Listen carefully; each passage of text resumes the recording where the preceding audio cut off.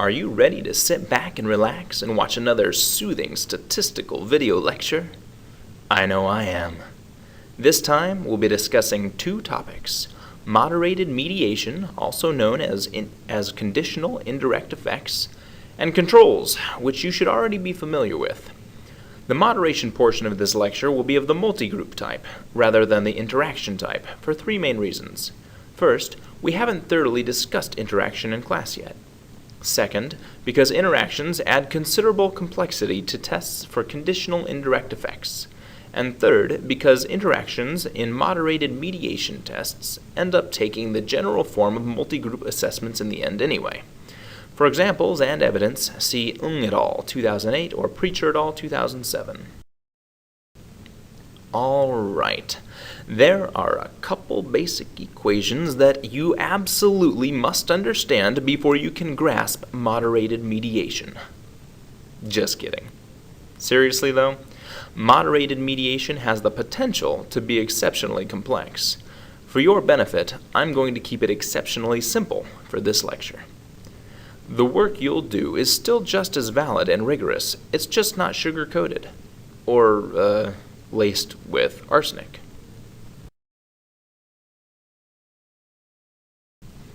Mediation is said to occur when the causal effect of an independent variable x on a dependent variable y is transmitted by a mediator m.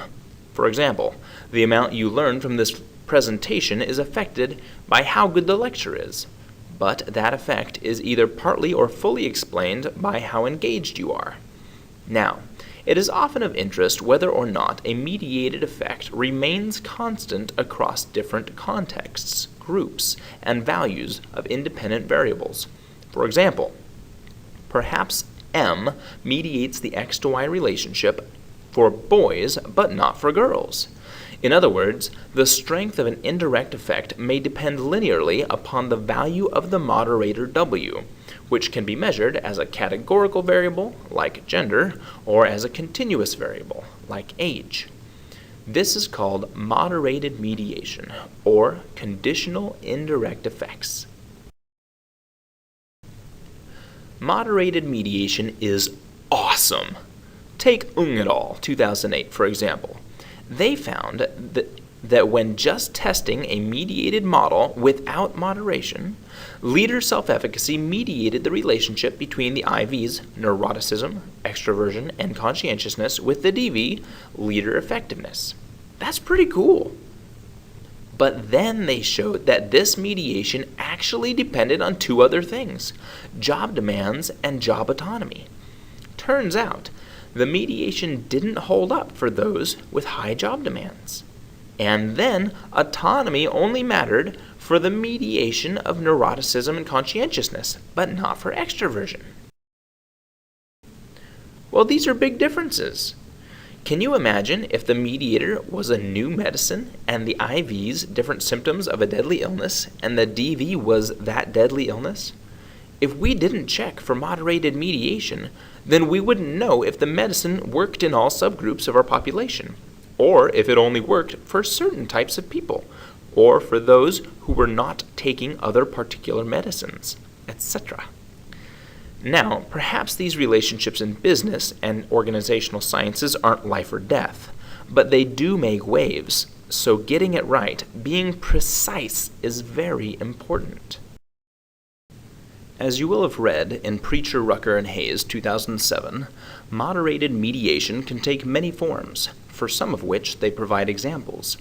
In our work, we will be focusing on the type of moderated mediation illustrated in Model 5. As a side note, Preacher, Rucker, and Hayes make use of interaction terms to test for moderation because they are using traditional non-SEM techniques to test for conditional indirect effects. They state clearly, however, that moderated mediation is best tested in SEM software, like Amos, where all paths can be tested simultaneously. So this is the approach we will take. We will also stick with categorical variables, which is essentially how Preacher, Rucker, and Hayes ended up treating their continuous interaction variables in the end.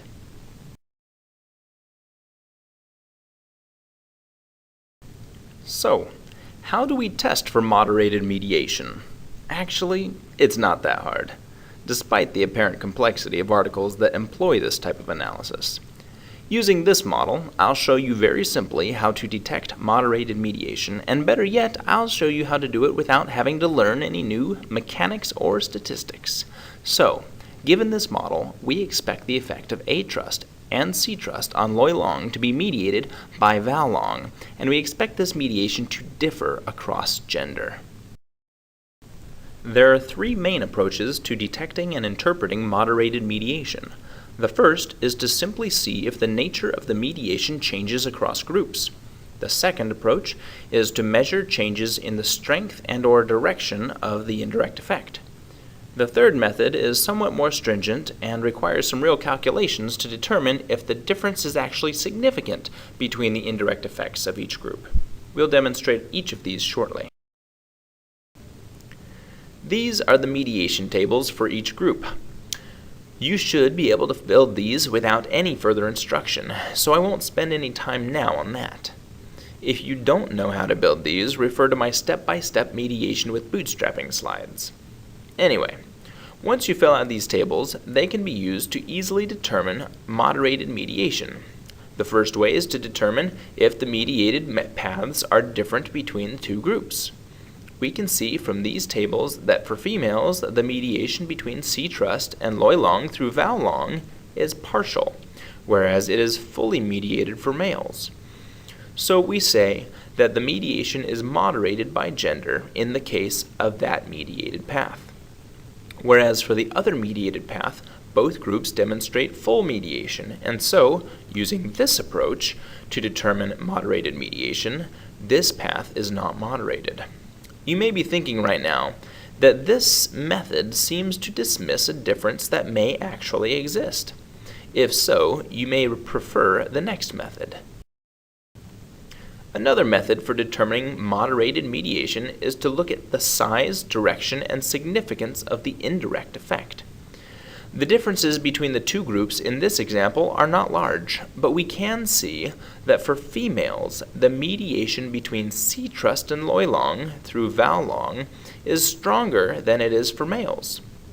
Even though both indirect effects are significant and positive, we can see that one is stronger than the other.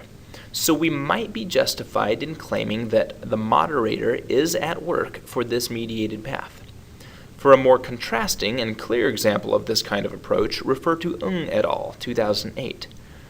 Now, you may be thinking that this is all fine and good, to see that one effect size is bigger than the other, but you would like to know if the difference in size is actually statistically significant. Well, one additional method exists for determining the statistical significance of the difference between the indirect effects being moderated. This is called a heterogeneity test.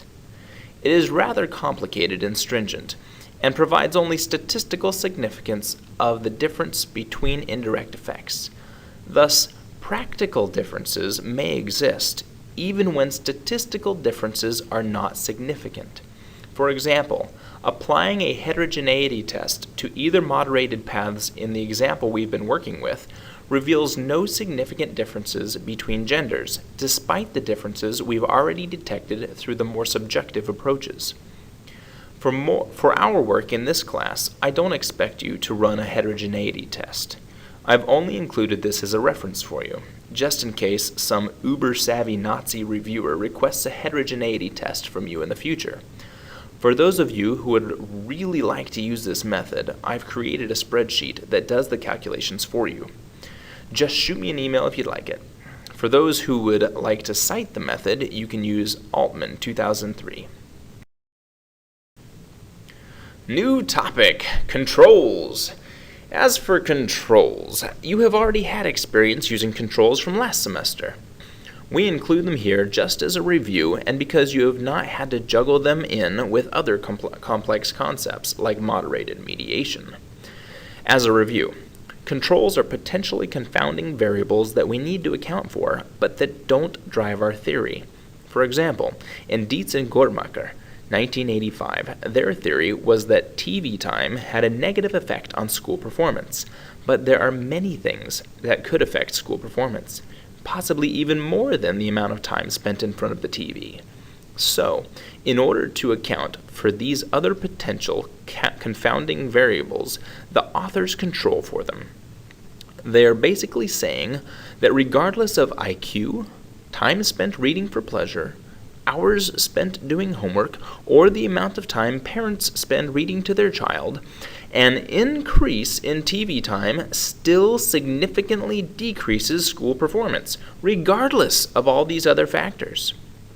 As a cautionary note, you will probably all be using controls in your quant project, and these controls variables still count against your sample size calculations. So, the more controls you have, the higher your sample size needs to be. Also, you get a higher R-square as you add controls, but with increasingly smaller gains for each added control. Sometimes you may even find that adding a control drowns out all the effects of the IVs. In such a case, you may need to run your test without that control variable. But then, you can only say that your IVs, though significant, only account for a small amount of the variance in the DV. With that in mind, you can't and shouldn't control for everything. And as always, your decisions to include or exclude controls should be based on theory. Handling controls in Amos is easy, but messy. You simply treat them like other exogenous variables, i.e. the ones that don't have arrows going into them, and have them regress on whichever endogenous variables they may logically affect. In this case, I have val short, a potentially confounding variable, as a control with regards to val long, and I have loy repeat as a control on loy long. I've also covaried the controls with each other and with the other exogenous variables. When using controls in a moderated mediation analysis, go ahead and put the controls in at the very beginning for the reasons we've noted. When reporting the model, you do need to include the controls in all your tests and output, but you should consolidate them at the bottom where they can be out of the way. Also, just so you don't get any crazy ideas, you would not test for any mediation between a control and a dependent variable. However, you may report how the control affects a dependent variable differently based on a moderating variable. For example, val short may have a stronger effect on val long for males than for females. This is something that should be reported, but not necessarily focused on, as it is not likely a key part of your theory. Lastly, even if effects from controls are not significant, you do not need to trim them, although there are other schools of thought on this issue. Well, that's it. Not bad. Assignment 3 is only 3 parts. First, deconstruct et al. 2008, just as you deconstructed other articles. Remember to consider the statistics like sample size, effect size, validity, mediation, moderation, etc. Part 2 is just an update on your progress with your quant project. Part 3 is to master the concepts covered in this lecture by carrying out the following assignment. Alright, here is the super mega complex model that will make many of your colleagues' heads spin. But not yours, as you are becoming a master of the statistics universe. Don't forget to covary the controls with the other IVs, as they are all exogenous. In this model, I have both controls regressing on all 3 endogenous variables. So, basically, what you need to do with this model is test for moderated mediation using the method outlined in this lecture. You should use both of the more subjective tests of moderated mediation, and you are welcome, but not required, to use the heterogeneity test. Good luck!